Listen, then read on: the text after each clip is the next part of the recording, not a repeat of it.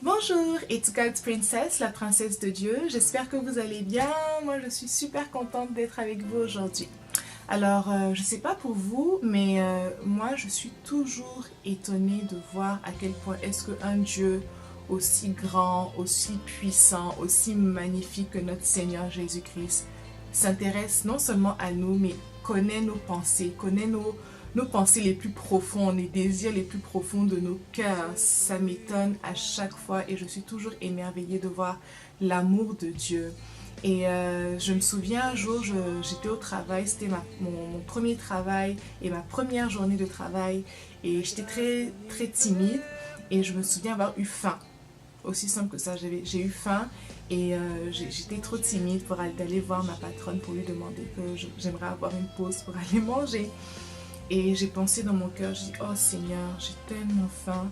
Et j'étais toujours en train de penser ça quand ma patronne est venue me voir pour me dire, pourquoi est-ce que tu vas pas manger? Il est l'heure. Comme, va te prendre quelque chose à manger. Et quand elle m'a dit ça, sur le coup, j'ai oublié la faim. Je pensais juste à comment est-ce que, waouh, Dieu a entendu ce cri-là de mon cœur. Waouh, Seigneur, tu as entendu. Et je lui ai juste dit merci, Seigneur. Et j'étais encore une fois étonnée de voir comment est-ce qu'il entendait. Et en fait, on ne doit pas être étonné parce que Dieu est notre Père et il veut pourvoir pour nous. Et il nous aime tellement que c'est ce qu'il veut faire. Il veut réaliser les désirs de nos cœurs. Il ne veut pas nous laisser juste comme ça, mais non, il veut vraiment réaliser les désirs de nos cœurs. Et je voudrais que vous preniez un temps pour penser ou pour réfléchir à ce que Dieu a fait pour vous dans le passé. Quelle que soit la taille, ça peut être petit, ça peut être grand pour vous, mais prenez un temps pour penser à quelque chose que Dieu a fait pour vous dans le passé et rendez-lui vraiment toute la gloire.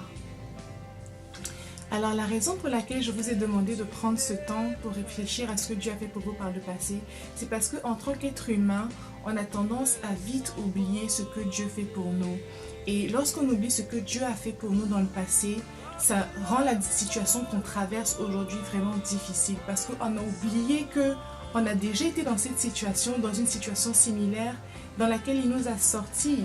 Donc si on se rappelle constamment de ce que Dieu a fait pour nous, des merveilles qu'il a fait pour nous, des promesses qu'il a accomplies, ça va nous donner la force lorsqu'on traverse des moments difficiles justement pour se rappeler et savoir que si Dieu l'a fait pour moi à ce moment-là, il le fera encore. Parce que la vérité est que les situations peuvent changer, les difficultés peuvent changer, les problèmes peuvent prendre une autre forme. Mais notre Dieu demeure le même. Rien ne lui est impossible. Il est toujours tout puissant pour vraiment tout faire pour nous sortir de n'importe quelle situation. C'est nous les êtres humains qui mettons un degré de complexité sur les difficultés qu'on traverse et ça peut être vrai. Certains problèmes peuvent être plus difficiles que d'autres. Mais notre Dieu demeure le même et il n'est pas étonné, il n'est pas surpris par ce que nous traversons. Il ne se dit pas que ce problème-là, vraiment, ça va être compliqué de le régler. Heureusement que Dieu n'est pas comme ça. Non, il est capable vraiment de nous sortir de toutes les situations de manière glorieuse pour que justement on lui rende toute la gloire. Et le verset que j'aimerais partager avec vous aujourd'hui, c'est le psaume 46, verset 11 qui dit « Arrêtez, dit-il, reconnaissez-moi pour Dieu. Je triomphe des nations, je triomphe sur la terre. » Quand j'ai lu ce verset pour la première fois, je l'ai trouvé tellement simple, mais en même temps tellement puissant. Comment est-ce que Dieu dit d'arrêter et de reconnaître qu'il est Dieu?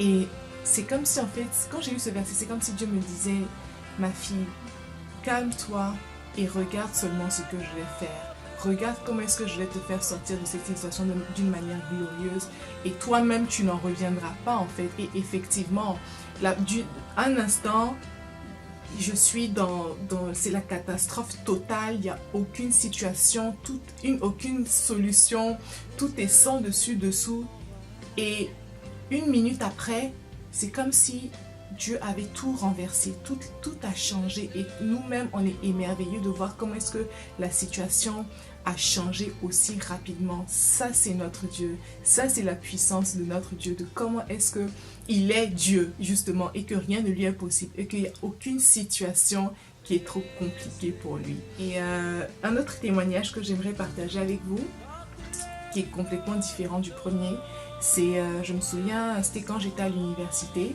et j'ai échoué mon cours, un premier cours, et c'était l'introduction justement à la matière pour laquelle j'étudiais. Et j'ai échoué misérablement. Et lorsque j'ai échoué, bien sûr, j'étais effondrée. Bref, j'étais vraiment très très triste. Mais malgré ça, j'ai quand même réussi à passer les autres cours qui venaient après le cours d'introduction. Et 3 ans plus tard, c'est bientôt l'heure de graduer et l'université me dit que non, qu'il faut que je reprenne ce cours et que je le passe, sinon je ne serai pas capable de faire ma graduation. Alors, encore une fois, je suis comme Seigneur, ce cours-là qui m'a traumatisée, je ne veux pas le reprendre, c'est le même professeur qui l'enseigne, c'est le même cours, je ne veux rien savoir, je ne veux pas le prendre Seigneur, je ne peux pas reprendre ce cours et échouer alors que je suis à 2 pas de graduer. C'était vraiment, comment dire, c'était un gros stress, j'étais vraiment stressée. Alors je me suis mise à genoux, j'ai prié, j'ai dit Seigneur, je ne veux pas prendre ce cours, je ne veux pas prendre ce cours, s'il te plaît ne me fais pas reprendre ce cours. Et bien sûr je n'avais pas de choix que de le prendre, donc à la fin j'ai dit Seigneur, je dois prendre ce cours, si c'est ta volonté, je te prie vraiment de m'accompagner et je crois que si tu es avec moi, je vais passer ce cours haut les mains et je sais que tu vas te glorifier à travers de cette situation, tu ne vas pas me laisser comme ça. Donc finalement, je me suis inscrite à ce cours. J'ai commencé le cours 3 semaines en retard. Et avec le même professeur, même cours, même enseignement. C'est ça. Donc j'ai fait le cours. 1 semaine plus tard, on faisait le premier examen. Les résultats sont sortis. Les résultats sont sortis. Le professeur m'a remis la note. J'ai eu non seulement la meilleure note du groupe, mais je n'ai jamais eu une note comme ça dans tous les autres cours que j'ai passés pendant les 3 ans d'études. Ce n'est juste pas possible en fait, ce n'est juste pas moi et je suis émue. Et ça m'a juste montré comment est-ce que Dieu est là et comment est-ce que Dieu entend nos prières et comment est-ce que Dieu voit la situation qu'on traverse et les conséquences. Et il est juste un Père qui vient à notre rescousse et il est juste Dieu et il nous aime. Et il ne nous laisse pas comme ça dans la détresse. Donc, bien sûr, par la grâce de Dieu, j'ai passé ce cours, j'ai été capable de graduer. Et c'est ça le témoignage. Mais encore une fois, lorsque vous comparez ces 2 témoignages, entre le premier et le deuxième, c'est vraiment 2 situations complètement différentes.